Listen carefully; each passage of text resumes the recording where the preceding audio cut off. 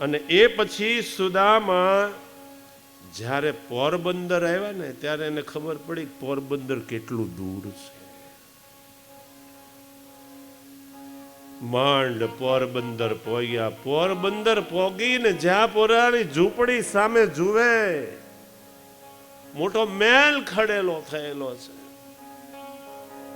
સુદામા વિચાર પડ્યા કે અરે રે આ એક દિવસની અંદર શું થયું? મારી ઝૂંપડી અહીંથી કોણ હટાવી ગયું છે? મારા બાળકોનું શું થયું છે? મારી સ્ત્રીનું શું થયું છે? પણ દ્વારિકાના આવવાના રસ્તા ઉપર ધ્યાન રાખી અને મહેલની અટારીમાં સુશીલા ઉભેલા હતા. પોતાના સ્વામીને આવતા જોઈ અને દાદર ઉતરીને આવ્યા છે. આવીને જ્યાં પગમાં પડ્યા સુદામા 2 ડગલા પાછા હટી ગયા. કરે આ કોણ? અંબર જેણે ધારણ કરેલું છે, જે ઘરેણાથી લથબથ થયેલા છે. સાક્ષાત બીજી કોઈ લક્ષ્મી હોય આવા સુંદર સુશીલા લાગી રહ્યા છે. અને એ વખતે સુશીલા એમ કહેવા લાગ્યા કે દેવ, તમે ગયા ને એ પછી તમારા મિત્રએ થોડીક વારની અંદર આ બધું ઐશ્વર્ય અહીંયા પહોંચતું કર્યું છે. ચાલો તમે મહેલની અંદર પધારો. મહેલની અંદર આવ્યા પછી પતિના ચરણો ધોઈ ચરણામત લઈ અને પછી પોતે જળપાન કર્યું. ઓમ નમો ભગવતે વાસુદેવાય. અને એ વખતે સુદામા ભગવાનની પ્રાર્થના કરે છે કે ધન્ય છે મિત્રને કે એણે આપતી વખતે મને કશું કહ્યું નથી. સુદામાએ કાંઈ માંગ્યું નથી. ભગવાન પોતે બોલ્યા નથી કે મેં તને આટલું આપ્યું. સુદામા પ્રાર્થના કરે તસ્યેવ મે સોહદ સખ્ય મૈત્રી દાસ્યમ પુનર્જન્મનિ જન્મનિસ્યા મહાનુભાવે ન ગુણા લયેન વિસંજતસ્તમ તત્પુરુષ પ્રસંગ. મારે ધન જોઈતું નથી. મારે જે જોઈતું હતું એ તો મને આપ્યું છે. મારે તો ભગવાનનું મન જોઈએ. મન મને મારા નાથે આપ્યું છે. મારે એની જન્મો જન્મ ભક્તિ જોઈએ. બસ મારા કૃષ્ણના ચરણની અંદર મને જન્મો જન્મ ભક્તિ મળે. પરમાત્મા જીવ માત્રના મિત્ર છે. નિસ્વાર્થ પ્રેમ પરમાત્મા સિવાય કોઈ કરતો નથી. પરમાત્માના થઈ જાઓ. કોઈ પણ સ્વરૂપે ભગવાનના થઈ જવાની જરૂર છે. એક સંત બ્રહ્મચર્યનું પાલન કરતા, યોગનો અભ્યાસ કરતા, અને જ્યારે નવરા પડે ત્યારે એનું મન વિચાર માંટવાયા કરે. વળી કોઈ સંતનો ભેટો થયો અને પોતાનો પ્રશ્ન એને રજૂ કર્યો કે મહારાજ, આખો દિવસ યોગાભ્યાસ કરું, ભગવાનનું ધ્યાન કરું, પણ જ્યારે આ બધા કાર્યમાંથી હું નિવૃત્ત થાઉં ત્યારે મારા મનની અંદર અનેક પ્રકારના વિચારો આવે. મારે શું કરવું? મારું મન ભટકે નહીં એટલા માટે. અને એ સંતે એને આજ્ઞા આપી કે તમે એક કામ કરો, પરમાત્માને તમારા મિત્ર બનાવી દો. તો કે નહીં, મને મિત્ર ના ગમે. તો એ હું મારી રીતે કરીશ. અને પછી એ સંત પેલા સંતની સલાહ મુજબ ભગવાનની સાથે સંબંધ જોડ્યો છે. પોતાને જે પુત્રની ઈચ્છા હતી, પુત્રની પ્રત્યેનો જે સ્નેહ એના ખૂણામાં દબાયેલો હતો, ભગવાનને પોતાના પુત્ર માનવા લાગ્યા છે કે કનૈયો મારો દીકરો છે. અને આ પ્રમાણે સંબંધ જોડ્યો. આખો દિવસ અભ્યાસ કરે, નવરા પડે એટલે કનૈયો પોતાની ઉપર ચડી જાય. પોતે લાંબા થઈ સૂતેલા હોય, કનૈયોની છાતી પર ચડી બેઠેલો હોય. ઘડીક મૂછોના વાળ ખેંચે, ઘડીક દાઢી ખેંચે, ઘડીક જટા છોડી નાખે, એના પેટ ઉપર કૂદકા મારે. આવા ને આવા ભાવે અવેશની અંદર એનો સમય પસાર થવા લાગ્યો અને તન્મયતા એવી થઈ કે ભગવાન કૃષ્ણ પોતાનો સગો દીકરો છે.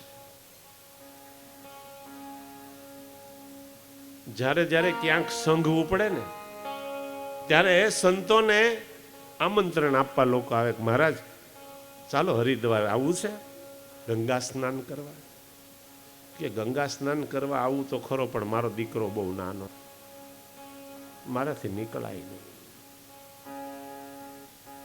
દીકરો કોણ? ભગવાન. પોતે તો બ્રહ્મચારી હતા, લગ્ન તો કર્યા ના હતા, પણ પુત્ર પ્રેમ માટેની જે ઈચ્છાઓ પોતાના હૃદયની અંદર વારંવાર જાગતી હતી, પરમાત્મા સાથે સંબંધ જોયો. અને પછી આમને આમ શરીરનું પ્રારબ્ધ પૂરું થયું. એક દિવસ દેહ પડી ગયો, સંતોનો સમાજ એકઠો થયો. એને કહ્યું હતું કે મારા દેહને અગ્નિ સંસ્કાર કરજો. અને એના દેહને અગ્નિ સંસ્કાર કરવા માટે થઈ અને સારું સ્થળ શોધી અને જ્યાં અગ્નિ સંસ્કાર કરવાની તૈયારી કરીને તે એક નાનકડો 7-8 વર્ષનો બાળક આવ્યો છે. એ કે ખસો બધાય દૂર હટો, આ મારા પિતા છે.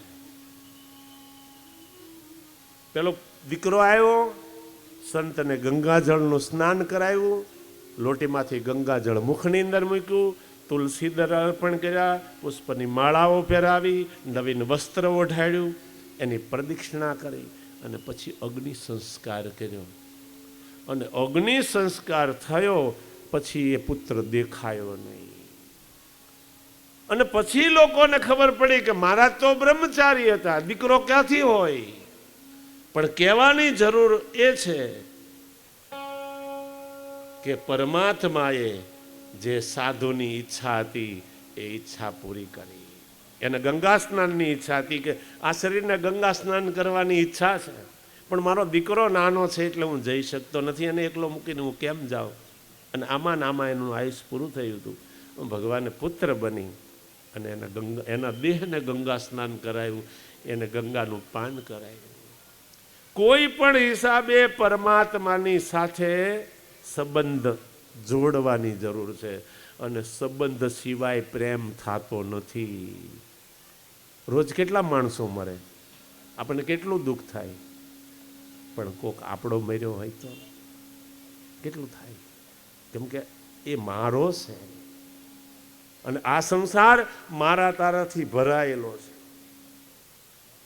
તો એમ પરમાત્માની સાથે કોઈ પણ ઉપાયે એક થઈ જવાની જરૂર છે. દશમ સ્કંદના ઉત્તરાર્ધની અંદર સુભદ્રા હરણની કથા આવે છે. એ પછી વેદ સ્તુતિ આવે. વેદો પણ ઈશ્વરનું નેતિ નેતિ કહી અને વર્ણન કરે છે. પ્રભુએ 11 વર્ષ ગોકુળમાં લીલા કરી, ત્યાંથી મથુરા આવ્યા. મથુરામાં 14 વર્ષ રહ્યા. 25 વર્ષ પૂરા થયા, ભગવાન દ્વારિકા નગરી વસાવી, દ્વારિકાની અંદર આવ્યા. ભગવાનના એક પછી એક 8 લગ્નો થયા. એ પછી 16,000 કન્યાઓ સાથે પાણી ગ્રહણ કર્યું. સુદામાની સાથે ભગવાનનું મિલન થયું. ઉદ્ધવને જ્ઞાન ઉપદેશ આપી અને પછી પ્રભુ સ્વધામ પધાર્યા. એવા પરમાત્માને પ્રણામ કરી દશમ સ્કંદની સમાપ્તિ કરીએ. ઇતિ શ્રીમદ ભાગવતે મહાપુરાણે વૈયાસિક્યામ અષ્ટાદશપારમહંસ્યામ સહિતાયામ દશમ સ્કંદ ઉત્તરાર્ધ કૃષ્ણચંદ્રાર્પણમસ્તુ. કાયેન વાચા મનસેન્દ્રિયર્વા બુદ્ધ્યાત્મના વા પ્રકૃતે સ્વભાવ કરોમિ અદ્ય સકલં પરસ્મૈ નારાયણાય સમર્પયામિ. દશમ સ્કંદ રૂપી પુષ્પ કૃષ્ણચંદ્રને અર્પણ કરી અને એમની સ્તુતિ કરી. સુંદર ગોપાલમ પૂર્વનમાલમ નયન વિશાલમ દુઃખપરમ વૃંદાવન ચંદ્રમ આનંદકંદમ પરમાનંદમ ધરણીધરમ વલ્લભ ઘનશ્યામમ પૂરણ કામમ અથ વિરામમ પ્રીતિકરમ ભજનંદ કુમારમ સર્વસુખ સારમ તત્વ વિચારમ બ્રહ્મ પરમ ભજનંદ કુમારમ સર્વસુખ સારમ તત્વ વિચારમ બ્રહ્મ પરમ શોભિત મુખ ધૂલમ યમુનાકુલમ નિપટધૂતમ સુખતરમ મુખમંડિત રેણુ ચારિત ધેનુ વાદિત વેણુ મધુસુરમ વલ્લભવતિ વિમલમ શુભપદ કમલમ નખરુચિ કમલમ તેમેરહરમ ભજનંદ કુમારમ સર્વસુખ સારમ તત્વ વિચારમ બ્રહ્મ પરમ ભજનંદ કુમારમ સર્વસુખ સારમ તત્વ વિચારમ બ્રહ્મ પરમ. ઓમ નમો ભગવતે વાસુદેવાય. એકાદશ સ્કંધ જેની અંદર એક એક અધ્યાયની અંદર ઠાસી ને જ્ઞાન ભર્યું છે. આ એકાદશ સ્કંધનું જ્ઞાન દશમ સ્કંધની વખતે સાથોસાથ લઈ અને અમે તમને પીરસતા જતા હોઈએ છીએ. કેમ કે એકલું સાંખ્યનું જ્ઞાન કોઈને પચે નહીં. એકલી જ્ઞાનની વાતો ગમતી નથી, પણ જ્ઞાનની સાથે ગમ્મત થતી જતી હોય, જ્ઞાનની સાથે રડાઈ જતું હોય, જ્ઞાનની સાથે અંતરના ચક્ષુઓ ખુલી જતા હોય, આમ જ્ઞાન પીરસવામાં આવે ને તો એ જ્ઞાન પચી જાય. બાળકને દવા ખવડાવી હોય ને ત્યારે પેલી માં ચાખે, પછી બાળકને પછી ખાંડના બુરાવાળી આંગળી જરાક મુખમાં નાખી કે ના આ તો મીઠું લાગે ને પછી દવાની વાટકી અંદર ઢોળી નાખે.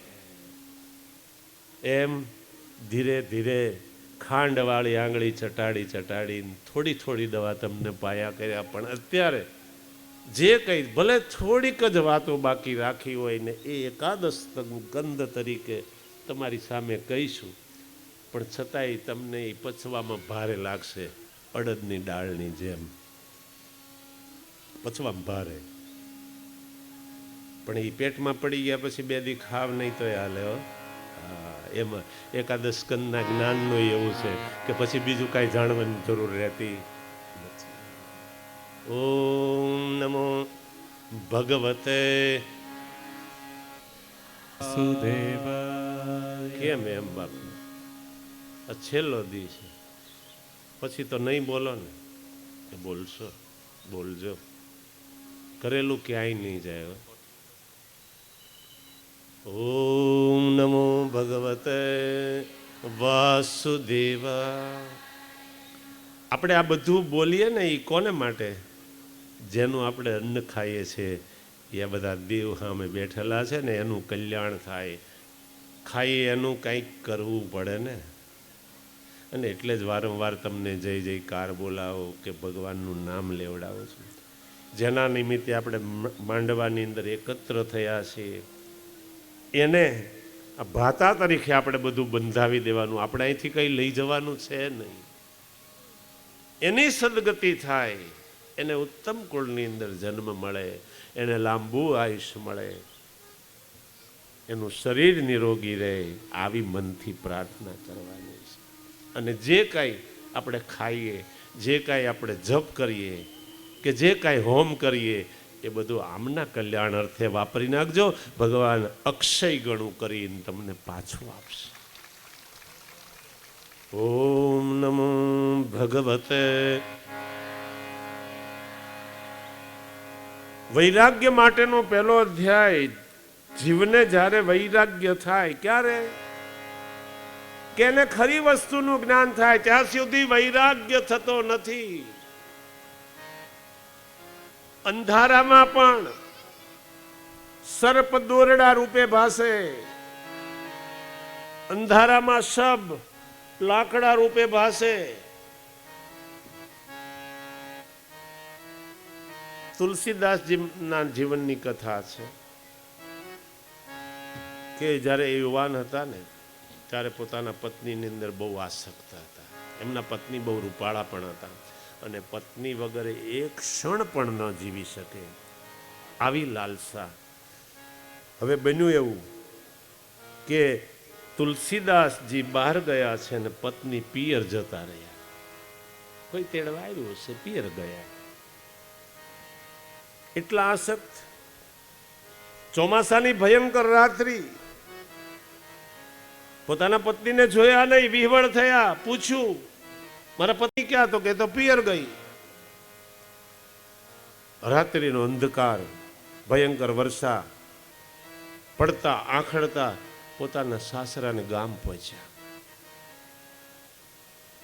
નદીમાં એ વખતે ભયંકર રેલ આવેલી, પૂર.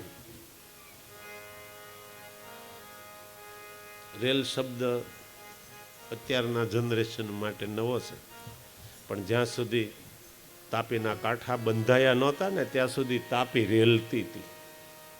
અને રેલ જેણે જોઈ છે એને ખબર છે. 1967માં છેલ્લી રેલ આવી હતી. 2006માં તો એ તો તોડવામાં આવ્યો હતો પાળો એટલે. બાકી 1967ની જે રેલ હતી, દરવાજાઓ શહેરના બંધ હતા, તાપી ચારે બાજુ રેલાણી હતી.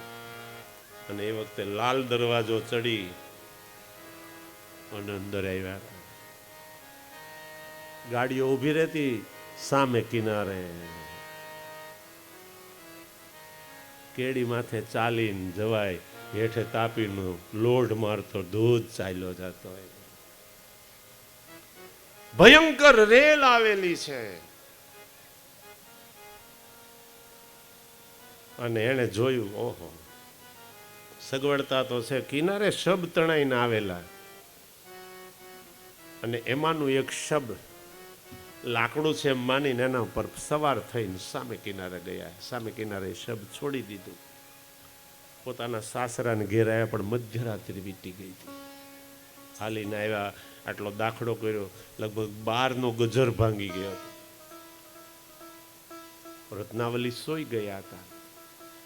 દીવો બળી રહ્યો છે, અટારીમાં બારી ખુલ્લી છે અને ત્યાં એક સર્પ લટકી રહ્યો છે. તુલસીજીએ જોયું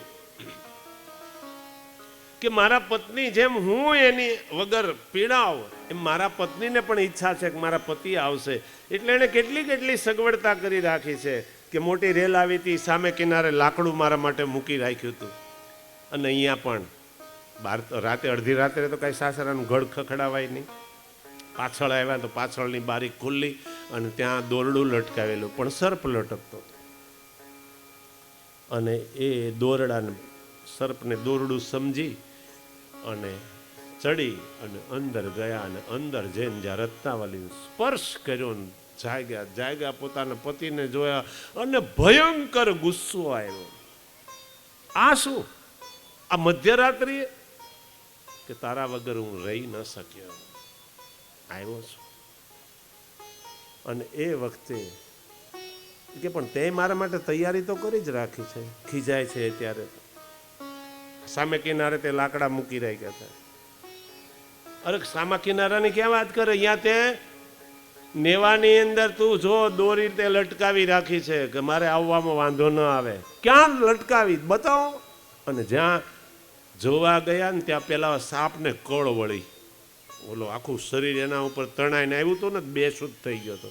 પેલો સાપ સુર કરતો નીકળ્યો અને ત્યારે સાચી વસ્તુનું ભાન થયું.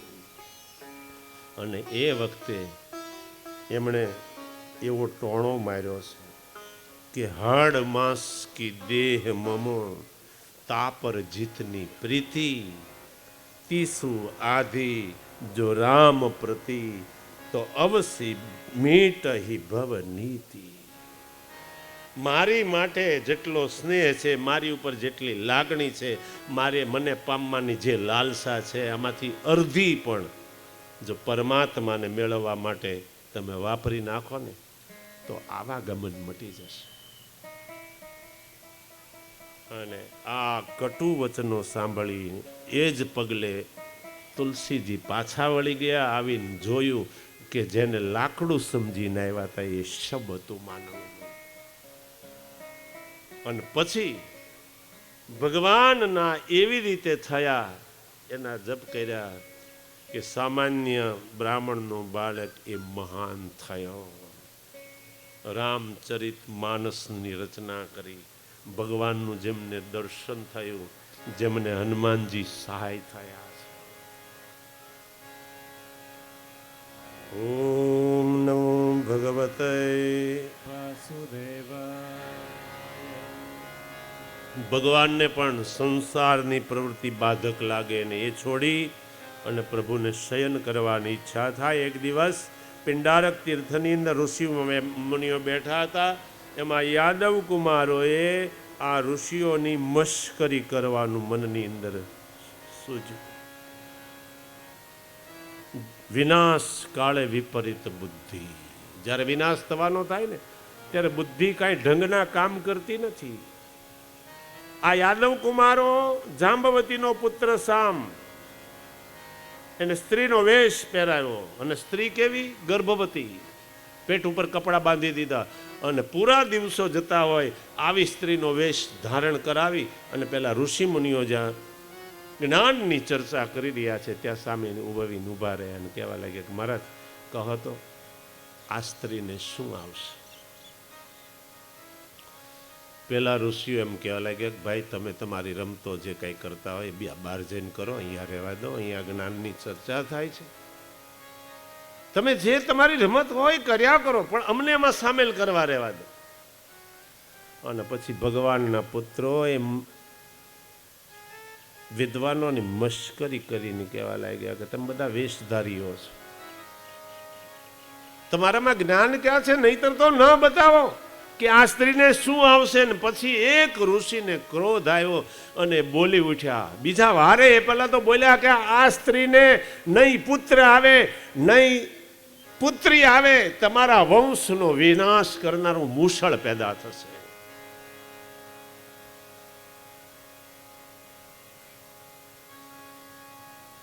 હા હા કરતા રહ્યા બીજા ઋષિ મુનિઓ, પણ પેલા ઋષિની ક્રોધ માજા કિનારો વટાવી ગયો હતો. સહન ન કરી શકતા મુખમાંથી જે શબ્દો નીકળ્યા કે આને દીકરો નહીં થાય, આને દીકરી નહીં થાય, તમારા વંશનો નાશ કરે એવું મૂષળ થશે. અને પછી ભાગ્યા કુમાર. જામના શરીર ઉપરથી જ્યારે વસ્ત્રો દૂર કર્યા ને ત્યારે અવળું લોખંડનું મૂષળ પ્રગટ થયું.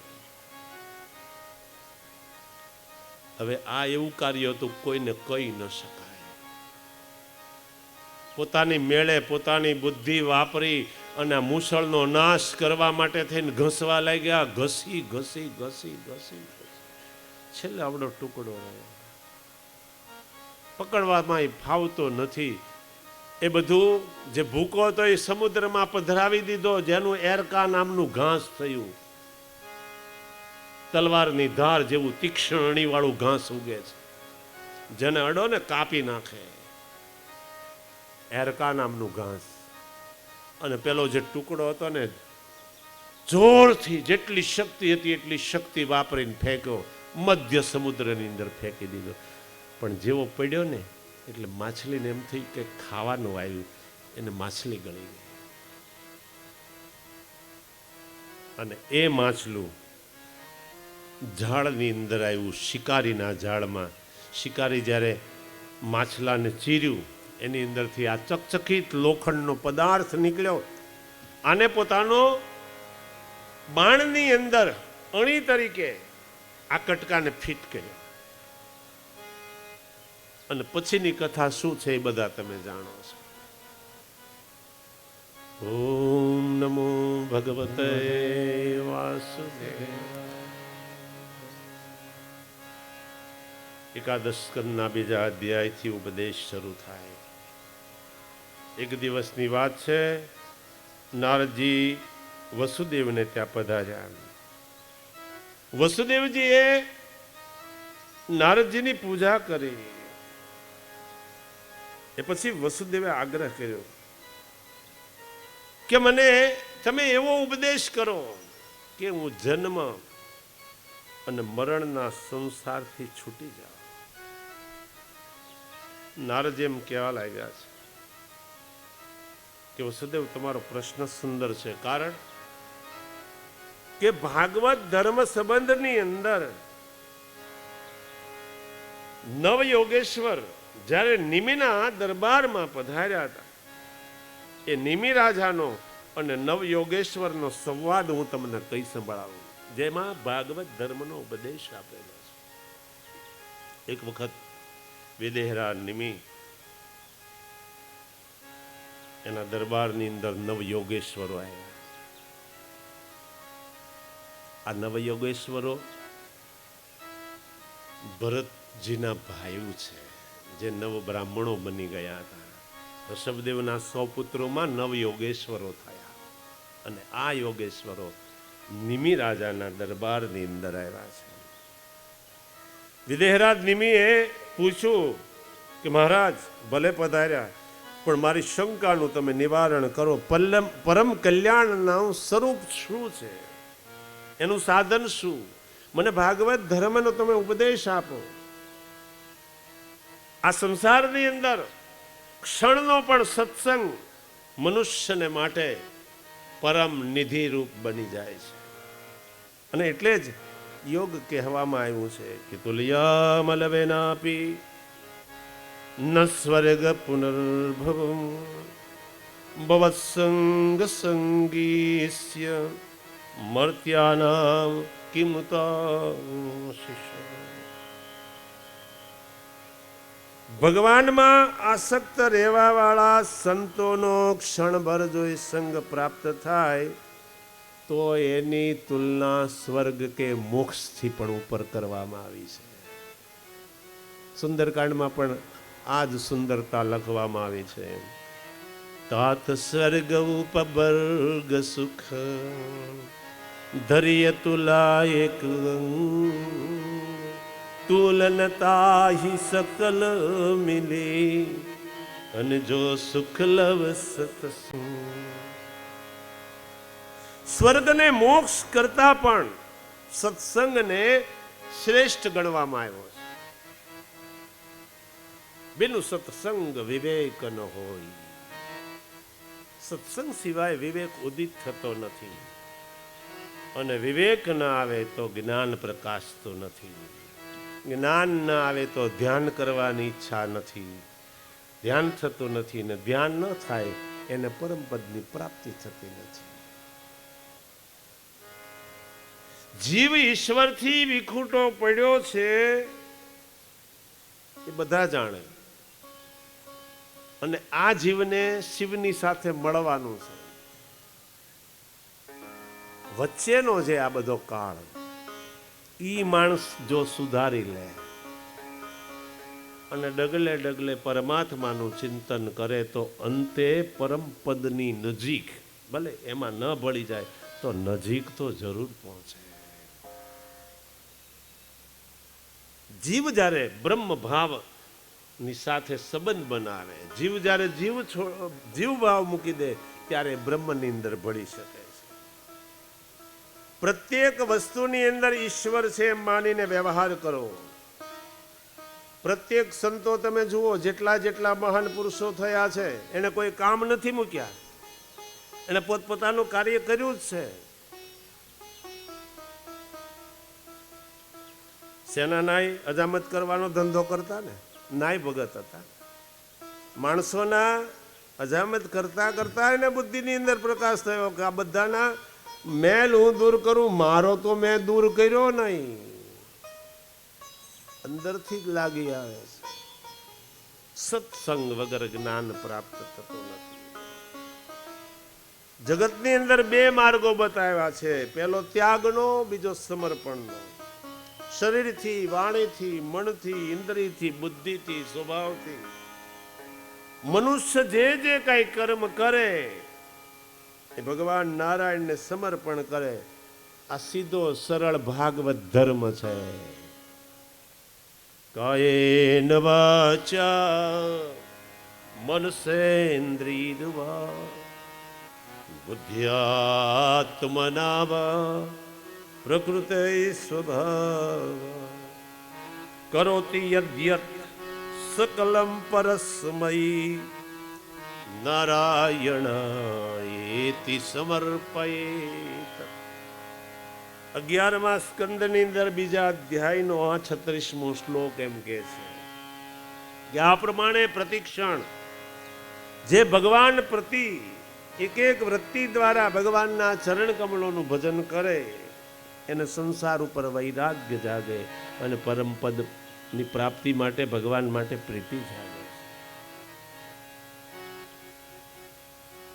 સર્વભૂતેષુ યઃ પશ્ચેદ ભગવત ભાવમાત્મન ભૂતાની ભગવત્યાત્મ અન્યેષ ભાગવતોત્તમ.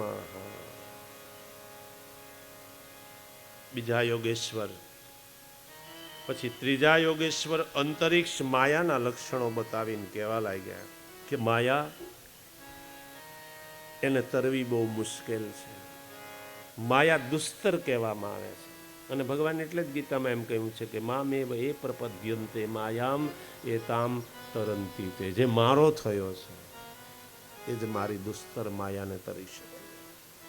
અને અહીંયા ત્રીજા યોગેશ્વર અંતરિક્ષ એમ કહે છે કે તસ્માત ગુરુ પ્રપદ્યે જિજ્ઞાસુ શ્રેય ઉત્તમ. જે જિજ્ઞાસુ વ્યક્તિ છે, જેને કંઈક જાણવાની ઈચ્છા છે, એને ગુરુ કરવા પડે.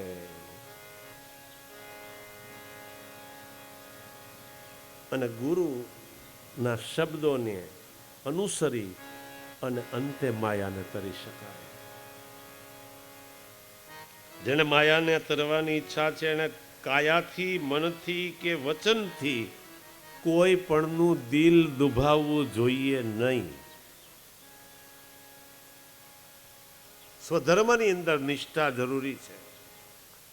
જેને માયા તરવાની ઈચ્છા છે રોજ પ્રાર્થના કરે.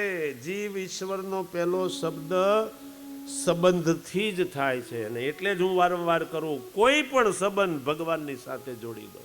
સંબંધ સિવાય સ્નેહ થતો નથી. સિદ્ધાંતો બધાય જાણે, પણ જીવનમાં તો જેના પુણ્યનો ઉદય થયો હોય ને એ લોકો જ ઉતારી શકે છે. નારાયણમિ મંત્રોસ્તિ વાગસ્તિ વૈવર્તિની તથાપિ નરકે ઘોરે પતંતી તદુત્તમ. મહાભારતના વન પર્વની અંદર એક સંવાદ આવે છે. જ્યારે પાણીની શોધની અંદર બધા ભાઈઓ જાય છે ને એમાં યક્ષ જે બધા ભણી ગયા છે આ કથા તો લગભગ, અને પેલો પ્રશ્ન પૂછે, કોઈ જવાબ આપી શકતો નથી, પાણી પીવા લાગે ને એ મરણને શરણ થાય. અને છેલ્લે મહારાજ યુધિષ્ઠિર આવે અને યુધિષ્ઠિર અને યક્ષ વચ્ચે જે સંવાદ થાય છે એ સંવાદ ખરેખર છે યાદ રાખવા જેવો. યુધિષ્ઠિરને એક પ્રશ્ન પૂછો, આ જે બધાને પૂછ્યો તો, કે આ દુનિયાની અંદર મોટામાં મોટું આશ્ચર્ય કયું છે? અન્ન ભૂતાની ગજંતી યમ મંદિર શેષા સ્થિરત્વમિચ્છન્તિ કિમાશ્ચર્યમત પરમ. દરરોજ સેંકડો જીવો યમરાજના મંદિરે જઈ રહ્યા છે, તો પણ બાકી રહેલા લોકો એમ માને કે આપણે તો મરવાના જ નથી. બીજા એમ માને કે આપણે મરવાના નથી. અને આ દુનિયામાં પોતે અજર અમર છે એમ માની મનસ્વી રીતે વર્તે. આનાથી બીજું મોટું આશ્ચર્ય આ દુનિયામાં બીજું કયો હોય? જાતસ્ય હિ ધ્રુવ મૃત્યુ.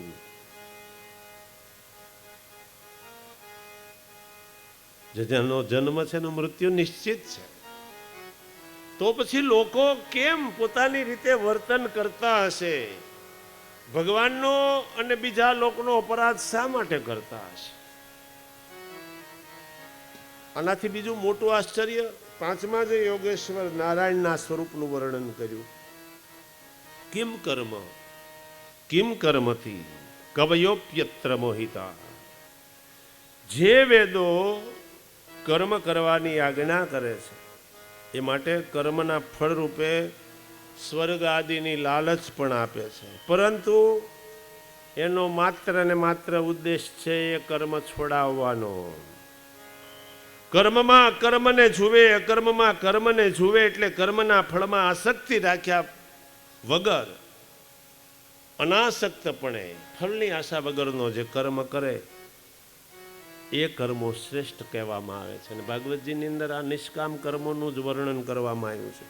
અને એટલે જ ગીતામાં ભગવાને કહ્યું છે કે કર્મણ્ય એવા અધિકારસ્તે મા ફલેષુ કદાચ. ભગવાન એમ કહે છે કે કોઈ પણ પ્રતાપ, કોઈ પણ રીતે મને અનુસર અને પછી તું તારા કર્મો કર. તારો કર્મ કરવાનો તારો અધિકાર. ફળ આપવું ન આપવું, કેવું આપવું, ક્યારે આપવું, એ બધું મારી પાસે મેં રાખેલું છે. આ બાજુ દ્વારકામાં અપશુકનો થવા લાગ્યા છે. વૃદ્ધ યાદવો ભગવાન પાસે આવ્યા. પ્રભુએ એમ કહ્યું કે આ બાળકોએ ઋષિઓને કૂપાવ્યા છે, આપણા કુળને ઋષિઓનો શાપ લાગ્યો છે. હવે અહીંયા રહેવું આપણે માટે બરાબર નથી, માટે ચાલો આપણે આ બધું છોડી દઈ અને પ્રભાસ નામના ક્ષેત્રની અંદર જે મહાતીર્થ ગણવામાં આવે છે ત્યાં જઈને આપણું બાકીનું જીવન. અને આ બધાએ સાંભળ્યું કે ઋષિકુળનો શાપ આપણને લાગ્યો છે, એટલે બધા જ સર્વ વસ્તુનો ત્યાગ કરી અને પ્રભાસ ક્ષેત્રની આવ્યા. ઉદ્ધવે જ્યારે આ વાત સાંભળી, ઉદ્ધવ સમજી ગયા કે હવે યાદવોનો સંહાર કરી અને ભગવાન આ લોકનો પરિત્યાગ કરવાના થયા છે. ઉદ્ધવ આવ્યા ભગવાન પાસે અને ભગવાનને એમ કહેવા લાગે, હું આપને શરણે આવ્યો છું, હે પ્રભુ, તમારા વિરહમાં હું કેવી રીતે જીવી શકીશ? તમે જશો ને હું તમારી સાથે આવીશ. અને એ વખતે ભગવાન એમ કહે છે કે હું તને સાથે લાવ્યો નથી, એટલે હું તને સાથે લઈ ન જઈ શકું. ઉદ્ધવ, સૌએ એકલું આવવાનું છે અને એકલું જવાનું છે.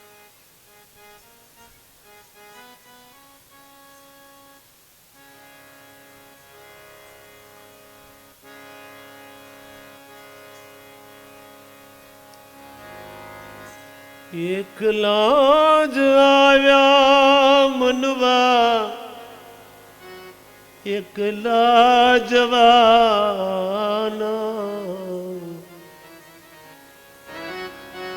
સાથી વિના સંગી વિના એકલા જવાના, એકલા જવાના, એકલા જવાના.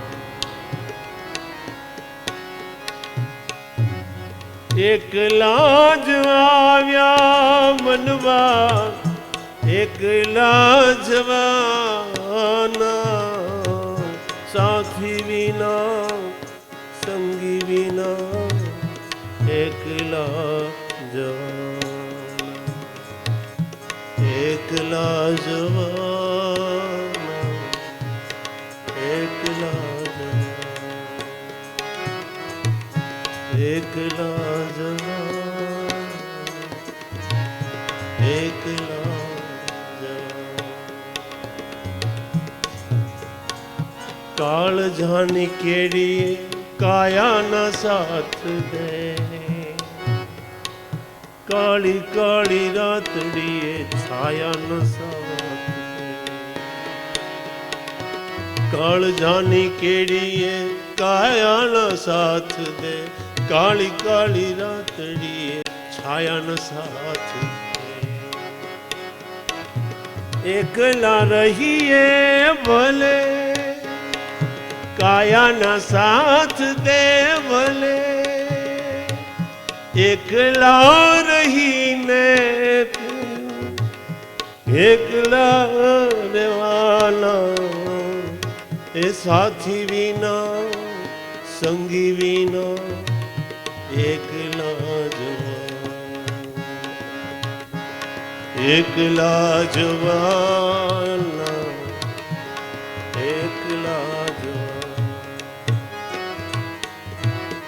પોતાને પંથે પોતા વગર પોતાએ એકલું જવું પડશે. સાથે શું આવશે?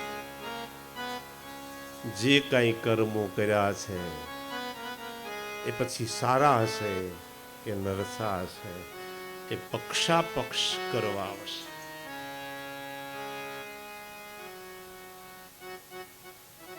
ભગવાન એમ કે છે કે ઉદ્ધવ, તું મારી સાથે આવ્યો નથી, હું તને ક્યાંથી સાથે લઈ જાઉં?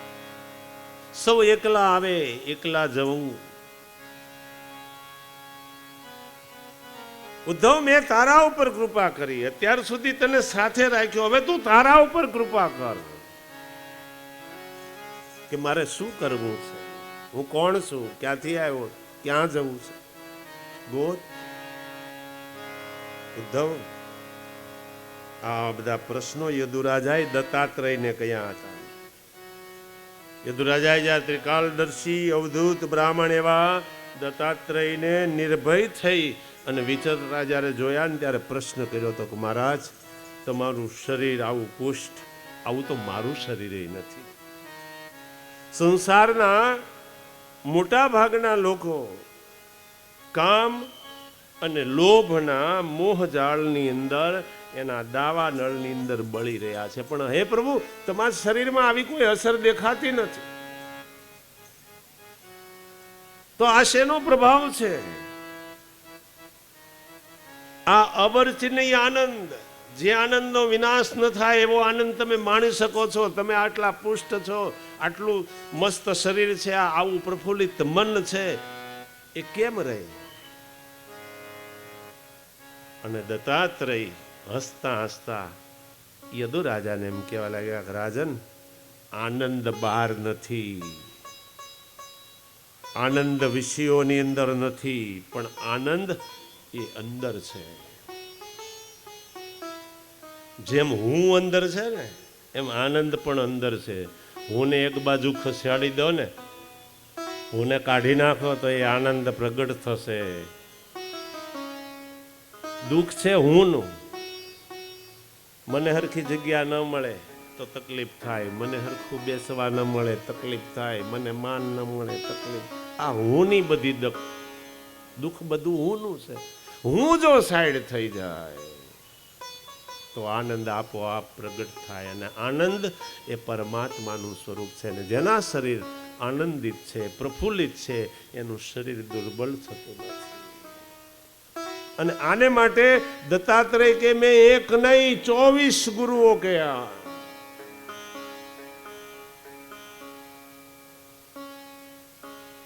ધરતી મારો પહેલો ગુરુ છે. પ્રભાતે હું એને વંદન કરું, હાથે ક્રિયા શક્તિનું પ્રતીક. કરાગરે વસતે લક્ષ્મી કરમૂલે સરસ્વતી. પ્રથમ હાથના દર્શન કરવા જોઈએ, જેની અંદર તમને ભગવાન ગોવિંદનું મુખ દેખાય. જો તમારા કર્મો હશે તો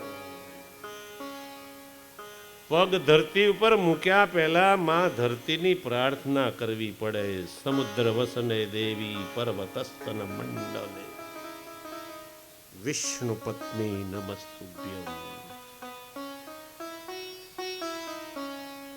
માં જેમ બાળકને સાચવે ને તમને સાચવી લેશે ધરતી માતા આખો દિવસ. ધરતી કેટલું સહન કરે, કોઈક એને વંદન કરે, બાકી તો બધા એના ઉપર અત્યાચાર કરે ને છતાંય સહન કરે છે. આકાશ માટેથી વાયુને પણ મેં મારા ગુરુ કર્યા, આકાશને ગુરુ કર્યા, જળને ગુરુ કર્યા, અગ્નિને ગુરુ કર્યા, ચંદ્ર પાસેથી ક્ષમતા, સૂર્ય પાસેથી પરોપકાર, પણ હોલા હોલી પાસેથી પણ હોલો મેં મારા ગુરુત્વ તરીકે રાખ્યો છે. કોઈની પાછળ વિલાપ કરવો જોઈએ નહીં. હોલા હોલીની દ્રષ્ટાંતો તમે જાણો છો. જે રડનારા છે એ પણ રહેનારા નથી, એને પણ એક દિવસ જવું પડે છે. અજગરની જેમ પ્રારબ્ધ અનુસાર જે કઈ મળે એની અંદર સંતોષ રાખવો જોઈએ. સમુદ્રની જેમ મનુષ્ય સંપૂર્ણ કામ ભોગ મળે ને ક્યારે હરખાઈ જવું જોઈએ નહીં. સમુદ્ર ક્યારેય પોતાનું છેડાઓ વટાવતો નથી. સમુદ્ર એની મર્યાદાઓ ક્યારેય તોડતો નથી. રાજા ભ્રમરને પેમના મારા ગુરુ કર્યા છે. ભ્રમર કમળની ગંધને જોઈ અને અંદર એ પુરાઈ જાય, કારણ કે કમળનો સ્વભાવ છે કે સૂર્ય જ્યાં સુધી ઉદિત હોય ને ત્યાં સુધી કોમળ ખીલેલું રહે. અને એમ થાય કે હમણાં ઉડું, ત્યાં સૂર્ય અસ્ત થાય કમળ બંધ થઈ જાય. લાકડાને કોરવાની શક્તિ રાખનારો ભ્રમર એ કમળને દંશ મારતો નથી, કારણ કે એની અંદર એનો સ્નેહ છે. અને અંતે ગુંગળાય અને મરણ થાય.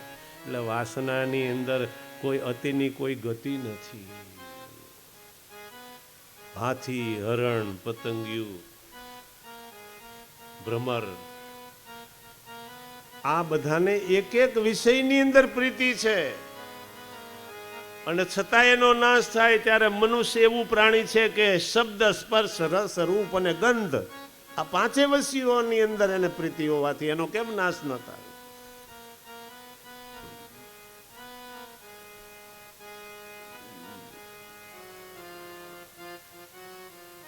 ચોવીસ ગુરુઓનું વર્ણન કર્યું છે. ઓમ નમો ભગવતે વાસુદેવાય. યદુરાજા દત્તાત્રેયના ચરણમાં વંદન કરે.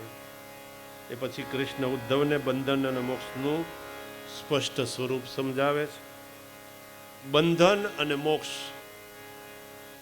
એ મનના ધર્મો છે, મનનું કારણ છે. મન માને તો બંધન અને મન માને તો મોક્ષ. મન જ્યારે પ્રભુના ચરણની અંદર પ્રીત લગાવી દે તો એ મન મોક્ષનું કારણ બની જાય, અને એ જ મન જ્યારે સંસારમાં લપેટાઈ જાય ત્યારે બંધનનું કારણ બની જાય. મન એવ મનુષ્યાણામ કારણમ બંધ મોક્ષ. માણસનું મન જ જીવનું બંધન અને મોક્ષનું કારણ બને. સત્સંગનો મહિમા સમજાયો છે. વિષયોથી દૂર રહેવાનું, વિવેકથી વિષયોનો ત્યાગ કરવાનું કહ્યું છે. કલ્યાણના 6 સાધનોનું વર્ણન કરવામાં આવ્યું. કર્મ, યશ, સત્ય, દમ, શમ, ઐશ્વર્ય, યજ્ઞ, તપ, દામ, વ્રત, નિયમ, યમ, આ બધા સર્વથી શ્રેષ્ઠ મારી ભક્તિ છે. સર્વ પાપોને બાળી અને ભસ્મ કરી દે છે. ન સાધયતિ મામ યોગ ન સાંખ્યમ ધર્મ ઉદ્ધવ ન સ્વાધ્યાય તપસ્ત્યાગો યથા ભક્તિર મોચિતા. ઉદ્ધવ, યોગ, સાંખ્ય, ધર્મ, વેદ અધ્યયન, તપ, ત્યાગ જે મને પ્રાપ્ત કરવાને સમર્થ નથી, એટલે પ્રેમમયી મારી અનન્ય ભક્તિ મને મેળવી લે છે.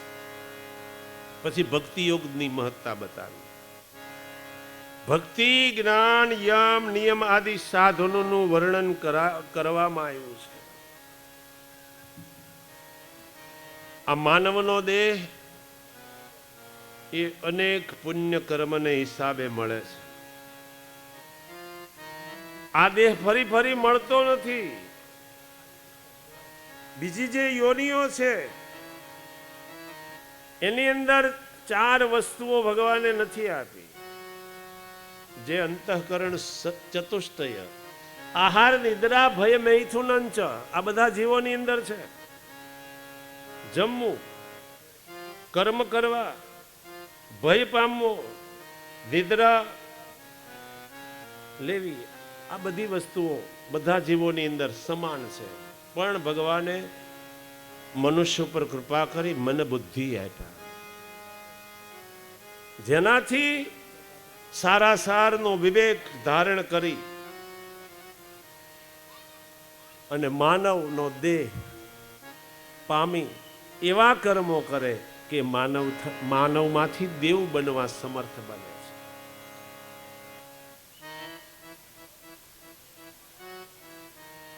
આવો અલભ્ય માનવ દેહ મળે અને પોતાનું જીવન ઉર્ધ્વ બને એવા પ્રયત્ન જો ન કરે તો એ જીવ ખરેખર આત્મઘાતી કહેવામાં આવે છે.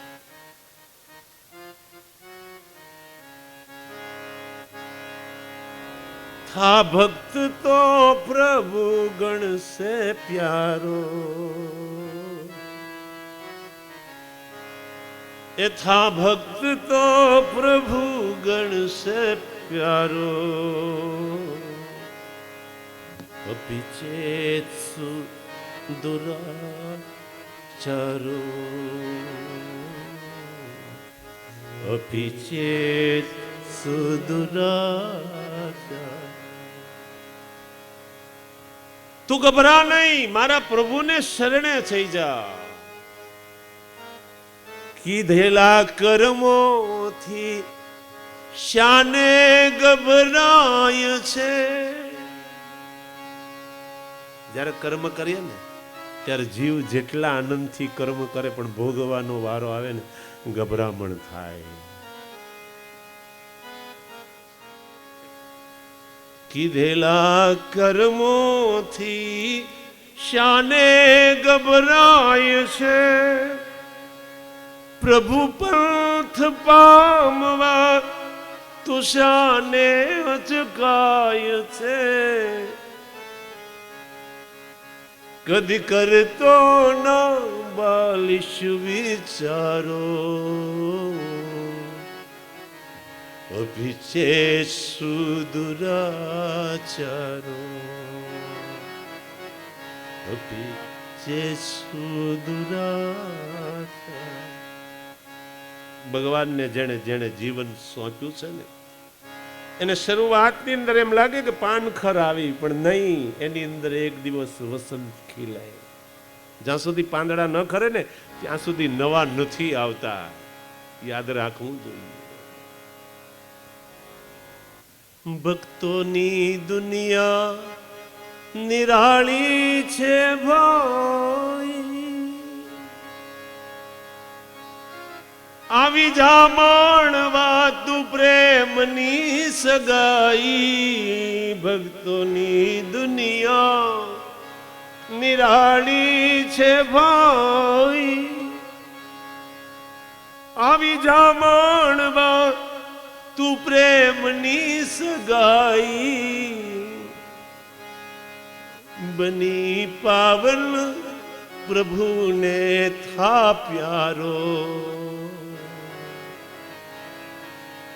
અભિચેત દુરાચારો. કોઈ ટેકો નહીં કરે, તારે એકલું જ કરવું પડશે.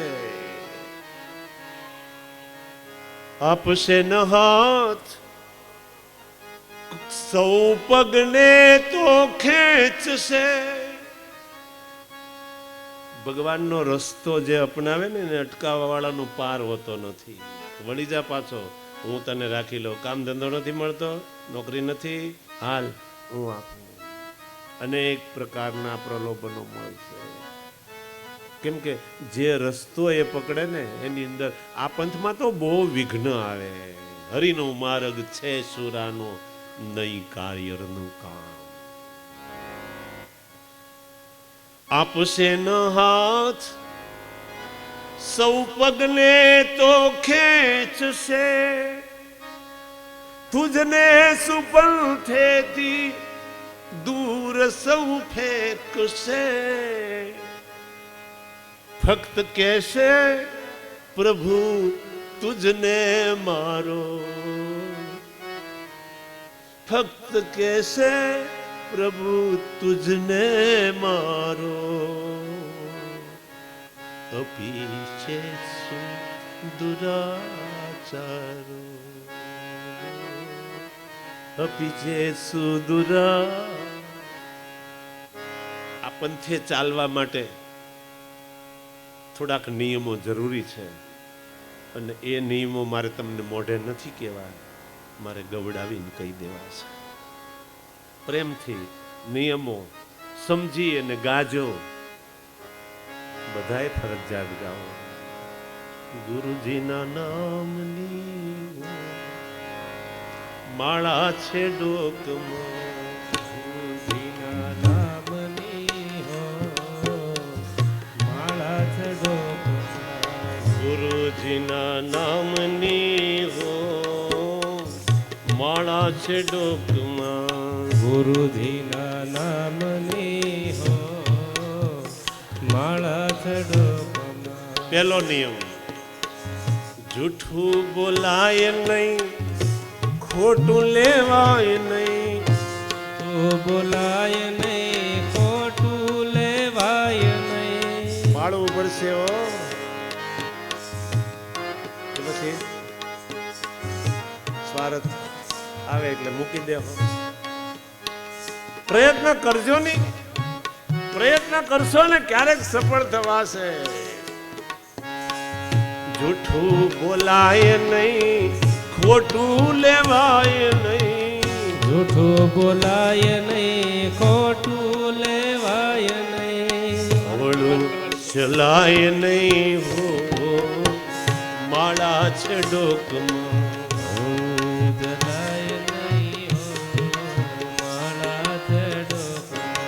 નારાયણ નામની હો માળા છે ડોકમાં. નારાયણ નામની માળા છે ડોકમાં.